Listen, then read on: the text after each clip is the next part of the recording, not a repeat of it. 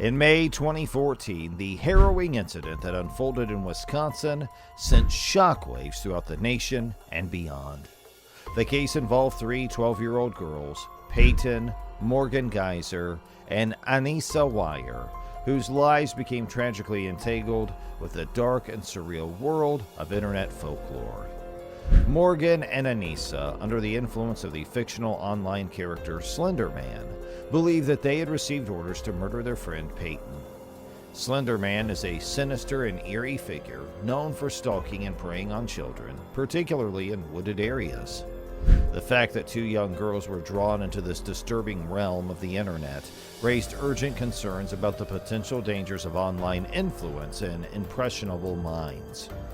During their trial in 2017, the chilling details of the crime emerged. Morgan Geyser confessed tearfully, revealing the gruesome extent of the attack on Peyton.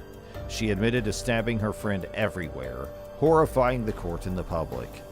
Morgan also explained that Anissa had expressed reluctance to go through with the act, which led Morgan to feel compelled to carry it out herself. The case raised profound questions about the capacity of children to understand the consequences of their actions and the potential for rehabilitation and change.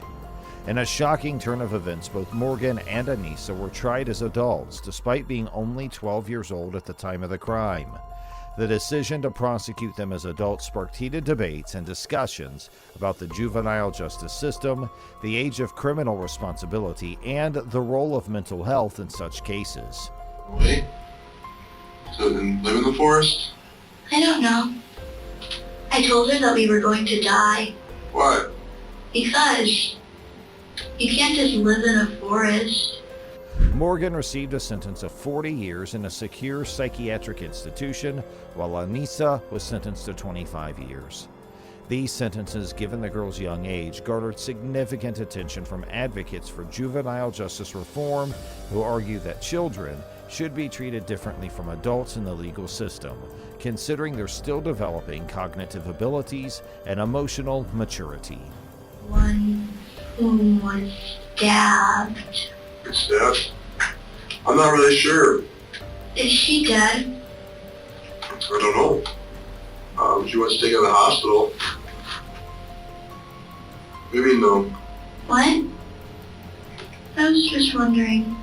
After several years of incarceration, Anissa is now pleading to be released, asserting that she has exhausted all available treatments at the Winnebago Mental Health Facility and believes she should be reintegrated into society. Her request for release renews the discussions around the potential for rehabilitation and second chances for young offenders. Everybody's been nice to you? Mm-hmm.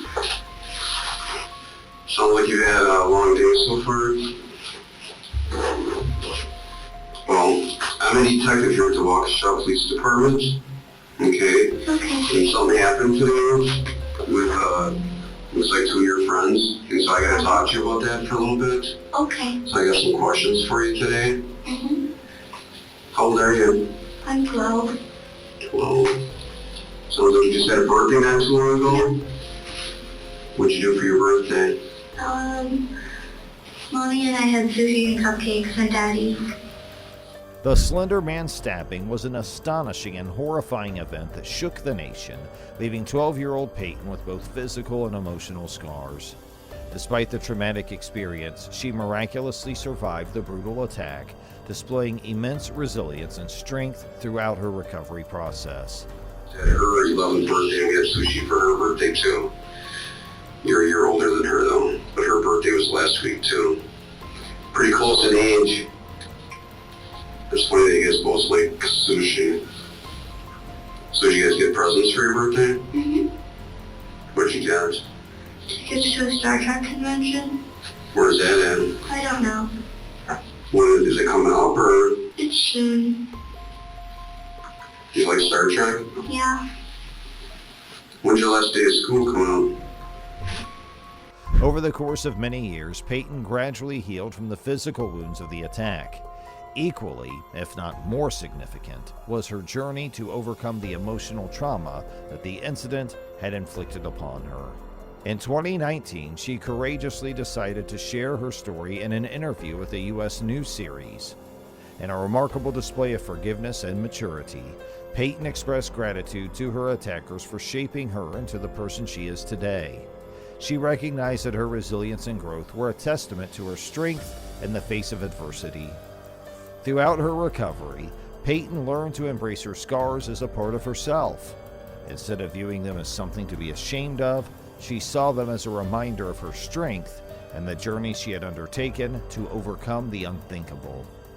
With a positive outlook, Peyton firmly believed that over time her scars would fade away physically and emotionally.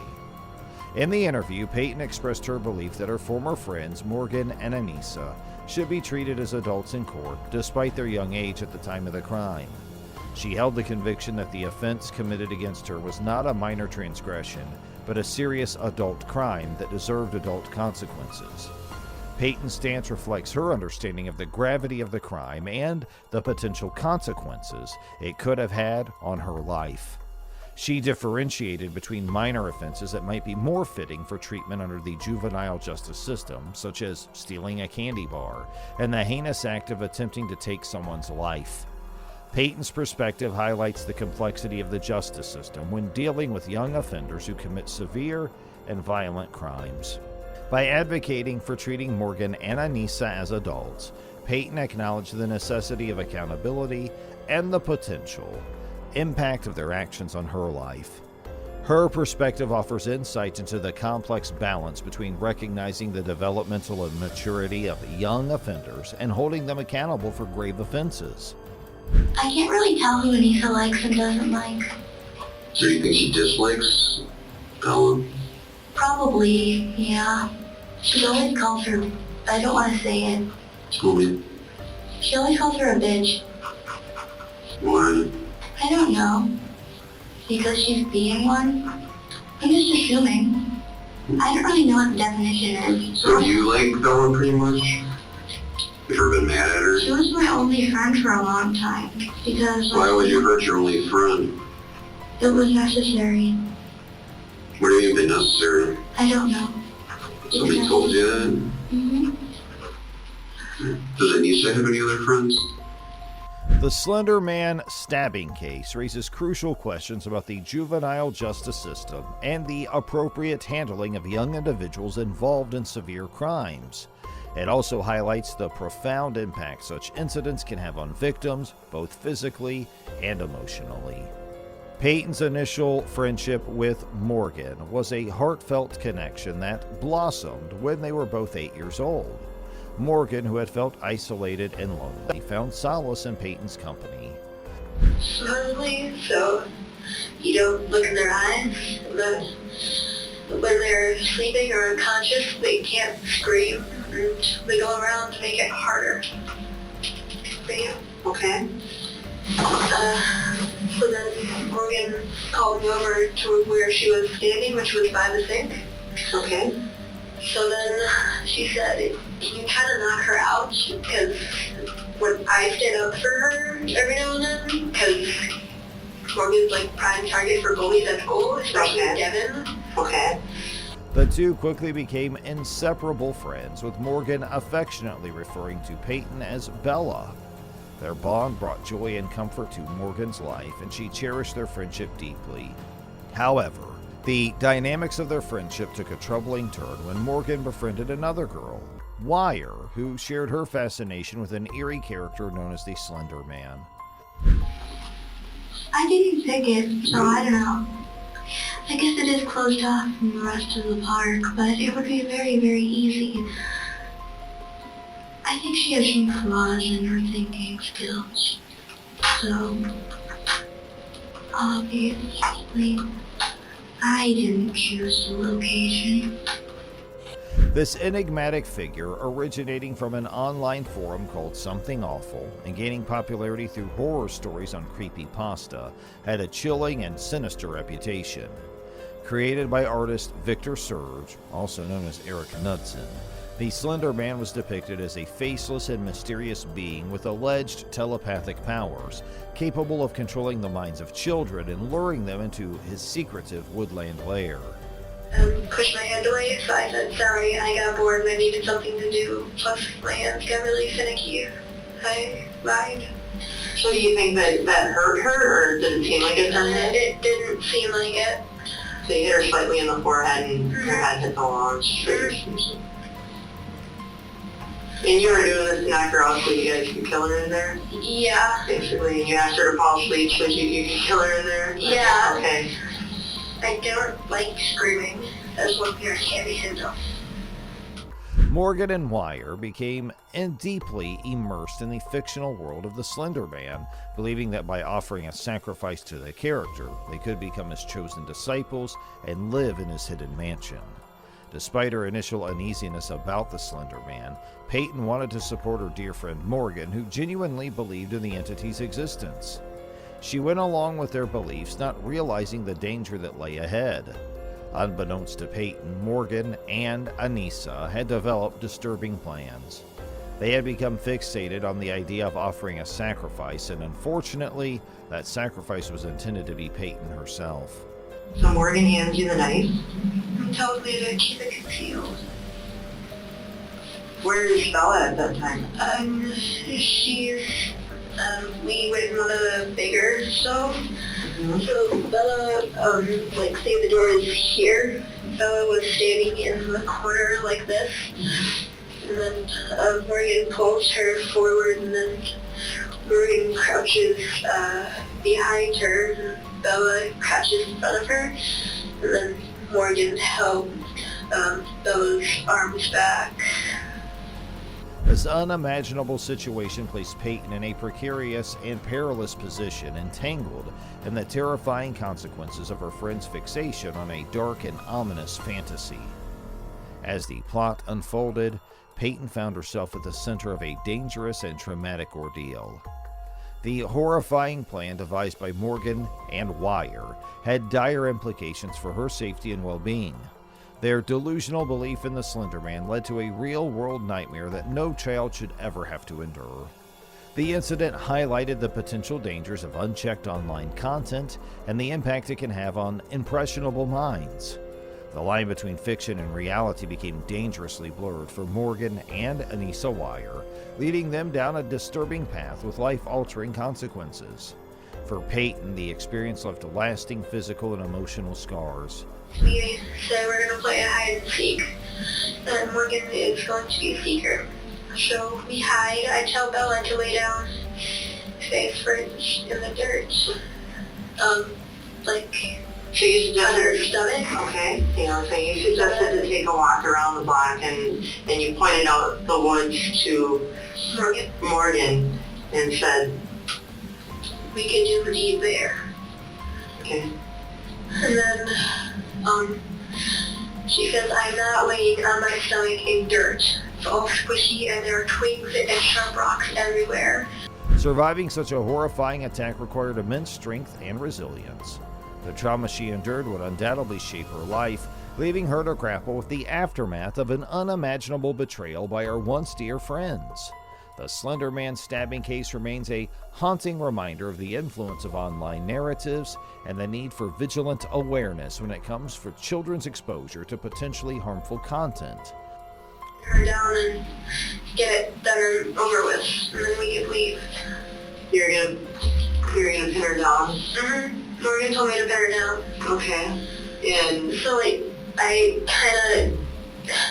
she said no, so I kind of pushed her forward and sat on her hip, and then she said, ow, I can't breathe, ow, ow, ow. And then I got off because she was making a lot of noise. was she kneeling already or something? Or Yeah, she was kneeling, and then I pushed her, she was kneeling It serves as a cautionary tale of the consequences of unchecked fantasies and the devastating impact they can have on young lives.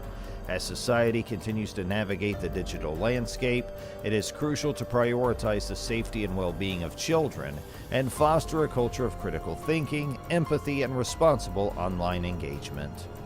On that fateful day of May 31st, 2014, the stage was set for what should have been a joyful celebration of Morgan Geyser's 12th birthday. Morgan invited two friends, including Peyton, to a sleepover at her home. Peyton's mom noticed Morgan's excitement about the Friday night celebration, unaware of the horrifying turn of events that would take place. During the sleepover, Peyton couldn't help but notice that something seemed off about Morgan. Unlike their usual fun-filled nights with pizza and games, Morgan appeared withdrawn and suggested going to bed early. This subtle shift in behavior went unnoticed by Peyton, who likely thought it was just an anomaly in the night's festivities. The next morning, Morgan suggested going for a walk in the nearby woods, and Peyton, trusting her friend's intentions, agreed to join them. Little did Peyton know that this seemingly innocent walk would soon become a nightmarish ordeal. I'm usually not very athletic and just want to know. I'm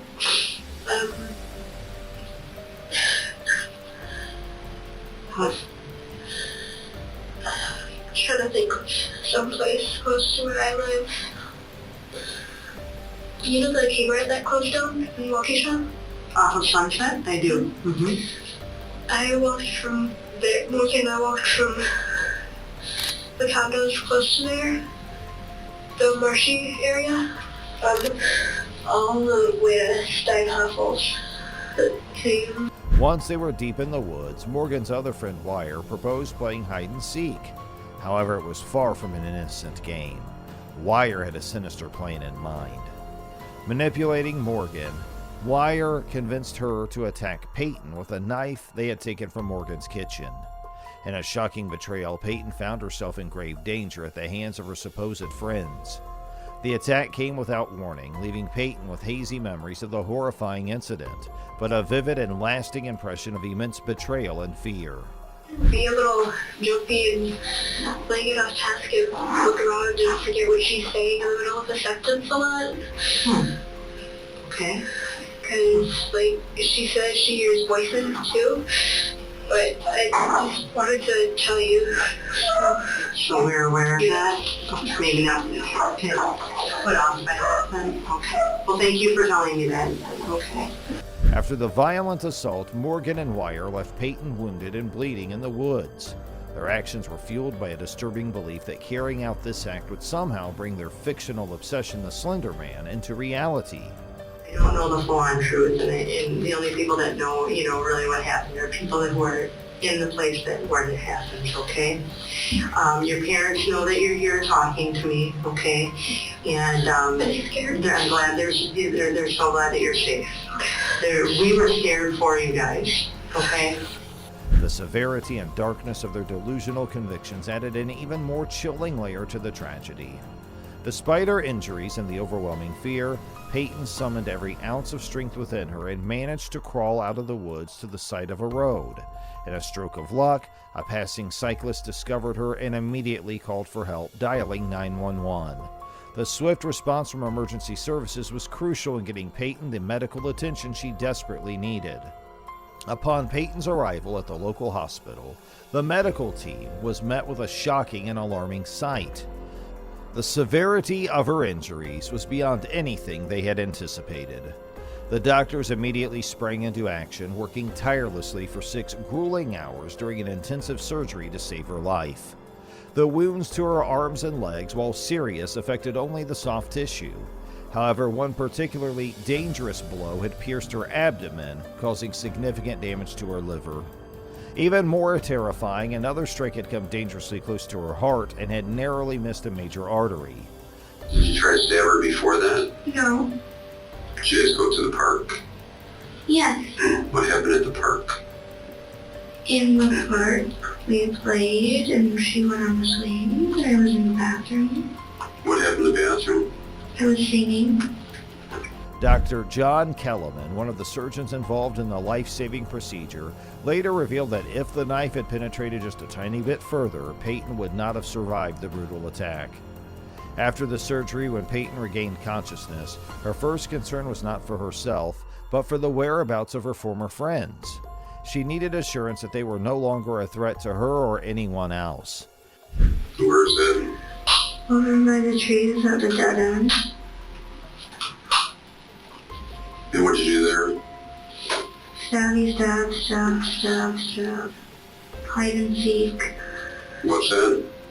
I already told you. The news that they had been arrested brought her a sense of relief, knowing that they were no longer free to carry out any more harmful acts. While Peyton was familiar with her friend's deep belief in the Slender Man, the motive behind the attack still shocked her. And then Anissa did the jumpy thing and said now more. What do you mean the jumping thing? She jumped on Bella. You know what happened? What? What happened then? And then we stabbed her. She understood the extent of their obsession with the fictional character, and she knew they were willing to go to great lengths to appease the entity they believed in. However, she was taken aback by the revelation that they had been planning this disturbing act for months, indicating a level of premeditation and intent that was deeply unsettling. On Bella again. Like I just said. You know what happened? Are you trying to do this over and over again and see if I tell the story differently? I'm just trying to make sure that I get it right, that I don't want to make any mistakes. So then she jumped on her, and where did you get the knife from? The bag! So you took the knife out of the bag? The realization that her once close friends had harbored such dangerous and malevolent intentions left Peyton grappling with a mix of emotions, from betrayal to disbelief.